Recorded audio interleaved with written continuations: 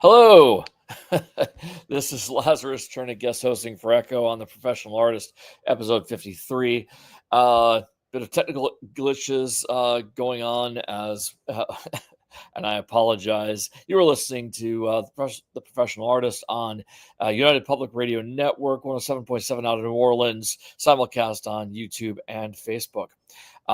Today's episode is supposed to be about more about AI gen content. Um, Again, I'm very sorry for the delay, but there's a lot of news lately going on with AI, and I wanted to address some of it, and uh, and the most important one is that suddenly uh, Disney, who owns Marvel and a bunch of other things, are suing Midjourney for copyright infringement. Now, artists have been trying to sue these gen companies for AI infringement for a long time, for copyright infringement for a long time. That how the AI gen content works is that they scan in existing works of art and memorize them. And then their software learns or tries to figure out how it was done and then tries to copy what the style on how it was created to create something new. That's how it's pitched. In reality, it memorizes to such a detail of how things were done that it can literally just copy and paste. It's a new form of collage. Now, collage as an art form goes back over a century. The first instance I've heard of it being used in art was with Pablo Picasso and his school. I don't remember if he invented it, but he was certainly credited with making it popular. However, he was not collaging works of art. He was cutting out newspapers and using the text and he was cutting up the images to turn them into shapes and to textures and to patterns and creating something completely new out of it. Today, people think of collage as if you cut the face out of one photograph and you put it onto the body from another photograph. That is technically not collage, at least not as an art form. That might be the craft version that you're taught in grade school, but that is essentially what these AI gen things are doing. Now, as long as you're creating something completely new, then it's fine. It's great, you know. But if you're going to cut the head off of Batman and put it on the head of Superman, that is actually copyright infringement on two separate properties. Both DC and Marvel get to sue you. You're not creating a new superhero. You're not. Now, if you start chopping things up in more detail, you change the S, you change the bat symbol, you change Batman's ears and cowl, and you change the cape, and you do a lot of work, and you create something that is, people look at it, might be able to figure out how you did it, but the reality is that it comes out as something different, then you're fine. But what the lawsuit about is that Midjourney is allowing people to type in prompts about Marvel characters and generate essentially free art about these characters. They can type in Wolverine doing something with Yoda, and they get essentially a free image that they can do whatever they want with. And this cuts into Disney's profits because they own Yoda and Wolverine, and only they are allowed to legally sell art about Wolverine and Yoda. Now, at first glance, it seems like this is a a very powerful statement that is going to change, has the potential of changing the AI industry. And I really, really, really hope it helps. However, Disney has been investing in a completely different AI gen software for many years, and they've been sunk hundreds of millions, maybe even billions of dollars into it. And this is really just an argument between two separate AI gen companies. Disney only wants their AI gen company to produce their stuff. That they don't want all the others to do it as well. In fact, a while ago, Disney did a TV show where they did the entire introduction of the show, of one of the Marvel shows, completely created with their own AI gen tools. And artists were furious because, and fans were quite angry because there's, besides people losing their jobs, it's losing a piece, now it's losing a piece of what makes it special. That pretty soon nothing's going to be generated that's new. It's just going to be rehashing all the same old stuff over and over and over again, which is exactly what the bookkeepers inside these these companies that invested in AI Gen want. They want to get rid of all the people that created the characters, that drew, how they all look different and how they in the different books. They're purchasing the rights to the actors so they can just press a button and say, make a new Wolverine movie. And the computer will just spit out bits and pieces of old other movies that have already been made and just stick in the actors that people are familiar with, the characters people are familiar with, and create this. And that's what Disney wants. This is why they invented all these things. Why most of the media companies invested in AI Gen. They want to get rid of the writers. They want to get rid of the creators, even the musicians and the artists. And it's a huge, huge, huge cultural issue. And it is another example of the haves versus the have-nots. The haves are not content with what they have. They're not content with just, being in control of, of which creatives and do anything and what they can do. Now they want to get rid of them completely. And the have-nots are very, very, well, we're suffering. I'm also an author, and I recently released an ebook. I'm not going to promote it right here and right now because I don't think that's appropriate for this channel. But I am concerned that now that I've produced as an ebook, it's going to be scanned and it's going to be, reproduced. Heck, about a year ago, I met a gentleman who was, bragging about all of his connections in Hollywood and how much he loved my stories.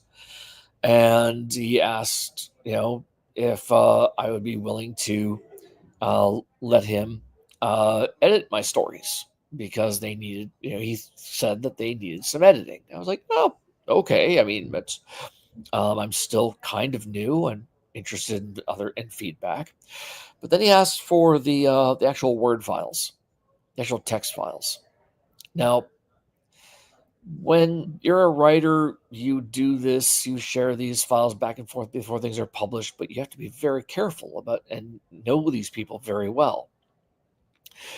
Here's a gentleman I did not know very well with connections to Hollywood, which is famous for taking people's stories and, turning them into properties without telling the author. And the author has to figure out, find ways of proving that they were the original creator of it. This happens all the time. And it's not even necessarily that these things get made. It's that someone can take any short story out of the library and rewrite it as a script and then sell it to a studio or sell it to a producer without telling them where it came from. The producer will not know. And maybe that piece never gets put into production, but the person who wrote the script just made money off of what somebody else wrote. That is a scam that happens all the time. It's known. I'm not inventing this. As another real world example, years ago, that Echo was working for a client that wanted to create a toy, and they were going to create an entire IP, intellectual property story around this toy, and they hired her to create the art for this toy. Actually, toy line, not toy line. Well, halfway through the process, someone on the client side happened to leak to us that all the toys being made were actually owned by someone who created a craft book. Someone wrote and published a craft book about how to make these toys. And then this gentleman came around, picked up the book off the shelf, looked and went, wow, I can make an entire story and IP around this. And so hired a bunch of people, hired Echo, and started creating this, literally taking the exact toys that this book taught how to make, exactly how to make them, and was like, okay, now I'm going to turn it into this massive, IP with cartoons and all these things. And this guy had connections and he had money and he might have been able to do it. He didn't completely do it. But he tried. And all these people in the process, including Echo, got paid for working on it. The project fell apart before it finished. But the person who was, and the product got out into the public, but before it went out to public, each of the products had to be changed slightly to not match it. And that, of course, cascaded down through everything else. Like suddenly all the other designs had to change and everything. But this was a year of people producing something that someone else had created, had no idea that it was being stolen. And when it finally got out, when it finally was put out, it was just different enough that they never got credit for it, and they might not see it. But they were literally the foundation of it. They were literally the creators of all of these things. So I need to share with the world how dangerous this is, because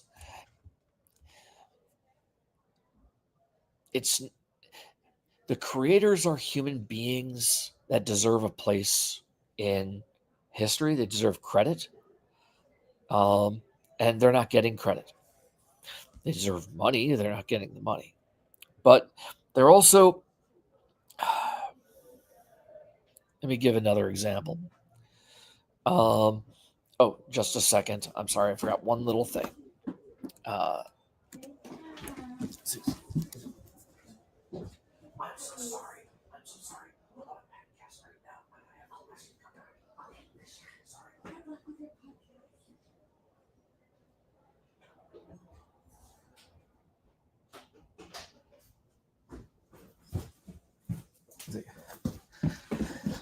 Sorry about that. Anyway, dead air. I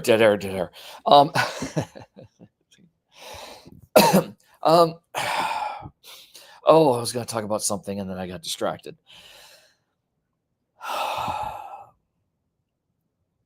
That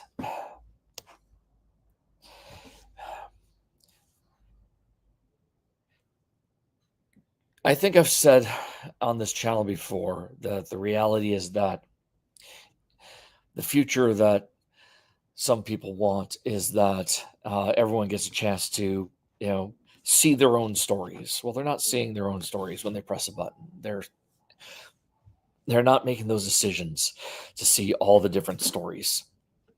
That they're asking for a premise or a concept, and they want to press a button and have somebody else execute it for them.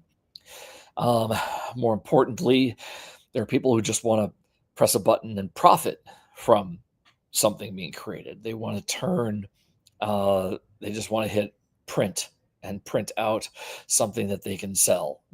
Printing money, that's all they really want. Human beings need more. We really, really need more than this. We need to experience what others experience. We need to share between ourselves about things. Um, Ray Bradbury wrote Fahrenheit 451, and his message that he declared, his message was that he feared that television would lead people to stop reading and that they would just be sitting there and fed propaganda 100%, and they would stop thinking for themselves. Now, he wrote it in such a way that the general public adopted it and thought that it was a message about censorship. And he argued against that. He lost that argument. It's still taught today that it's a book about censorship. But his message was that television had the potential of producing that propaganda. Well, the good news is that as a medium, television has actually had enough fingers in it that it didn't turn exclusively into propaganda until around the 1980s, when Ronald Reagan specifically said he erased the law that said that all news has to be fair and balanced. Yes, that term, fair and balanced. Up until then, that any news channel had to present both sides of any argument, and they couldn't just say one thing. And then in the 80s, that was reversed and changed, and suddenly a television station for a news could come out and say, here's what the facts are, and not say any of the others. So suddenly now every single media outlet could just say one thing. Again, for decades, this didn't affect, it affected people. It didn't affect a lot until suddenly news came out that was just going to be force feeding a single message. Rupert Murdoch specifically said that information is a commodity. Well, it's only a commodity if you don't care about the effects and the ramifications of what that information does. And he didn't.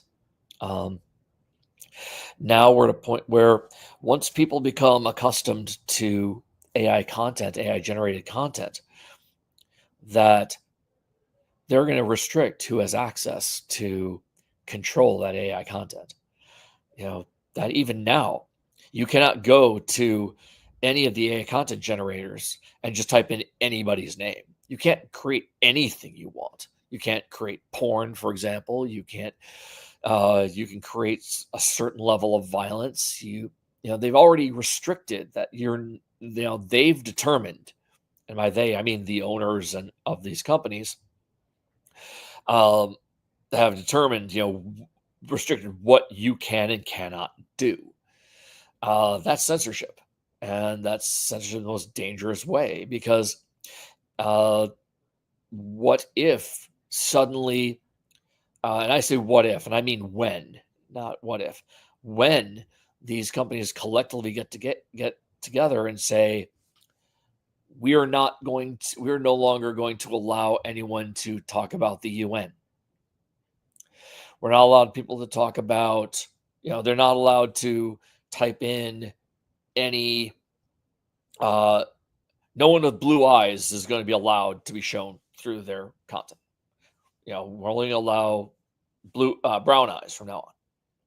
Or they, no one with red hair is going to be shown. Anyone, any of the contents is that we're just going to erase people with red hair out of all the media, and they'll have that ability because they'll own the content generators. And you know, the level of danger of this goes far beyond economics. That other piece of information is tickling my brain on what I want to share. An actual relevant. Uh,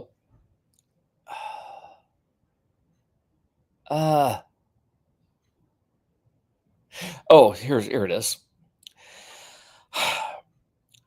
And the most frustrating part of this whole AI gen content fiasco is that there are other creators that are gleefully standing on the necks of artists and musicians so that they can get their piece of the pie, not realizing that they're going to lose theirs very soon, and they're actually helping it. Someone sent me a friend request on Facebook. It was an author, and I checked out their page just to see who they were. And their page had all different kinds of politics posted on there, progressive politics that I agreed with. That everyone should be treated fairly. That there's that minorities shouldn't be abused. That mental health is important.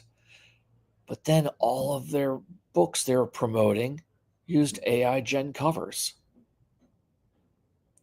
Here's a person that is claiming to be so in tune and sensitive to the suffering of others, and yet they're deliberately stomping in the face of me and my family and my friends and my industry. That's not someone who really cares.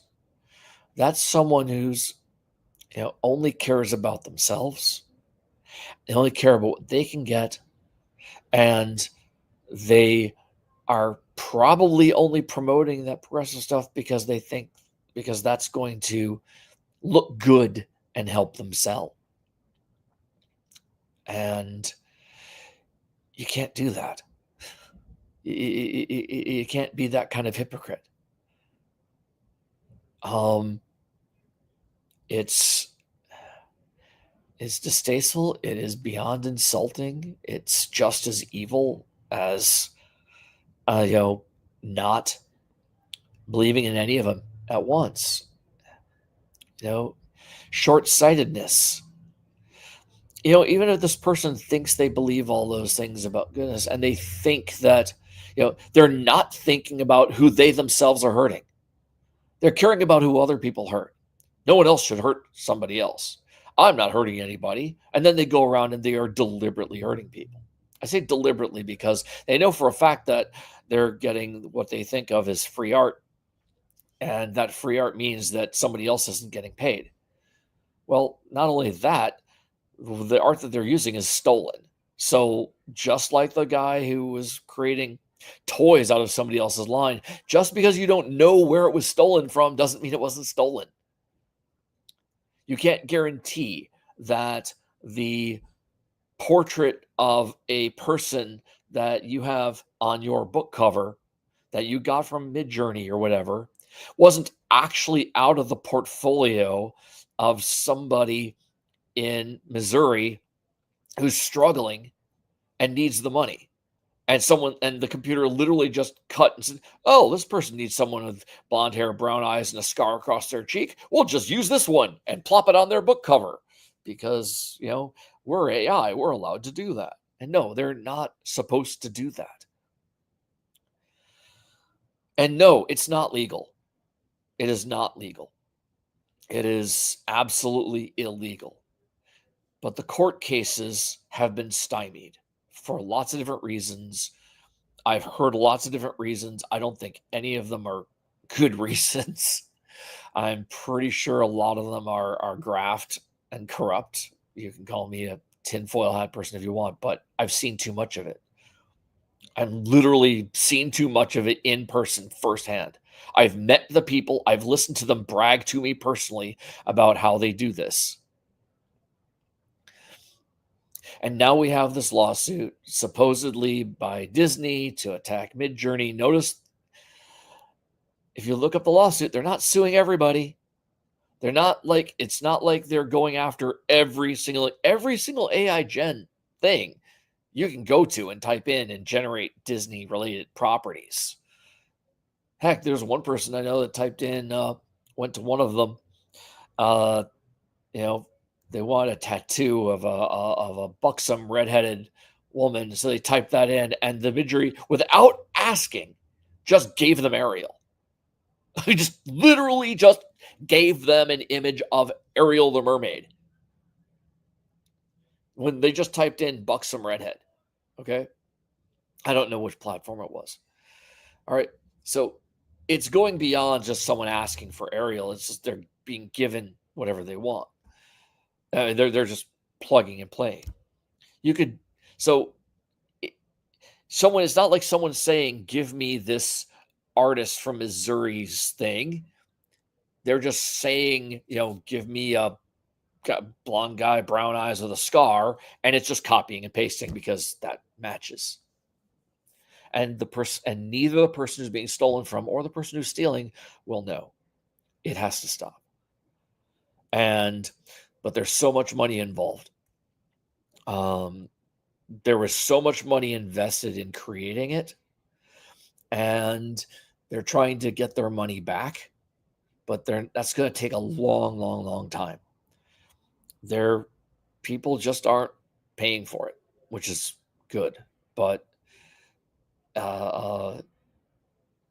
if you know any creators, if you know any artists, support them. If you know any creators like bands that are using AI covers, AI videos or stuff, please scold them. Remind them that they're going to. If they don't help artists now, that they're just going to be ruining their own lives. I doubt the people that are doing it now are paying too much attention or care. They just want what they want. It's their turn to be the next Stephen King, and they can't, they need to have a cover that competes with everybody else. Like, you know what? No, you don't. Write a good book. Put a cover on that's solid black with white text. If you're a writer, write a headline or a title that will actually draw people in. Titles are important. And that's what you as a creator are doing. If you're a band, sample music. Play that. You don't need to steal. I'm getting a little choked up, partly because I have to condense this hour-long presentation down into only half an hour because of my own issues with technical difficulties. So thank you very much for listening. This has been the professional artist, Lazarus Chernik, your guest host today. You've been listening to the United Public Radio Network 107.7 out of New Orleans, simulcast on YouTube and Facebook. And thank you very much.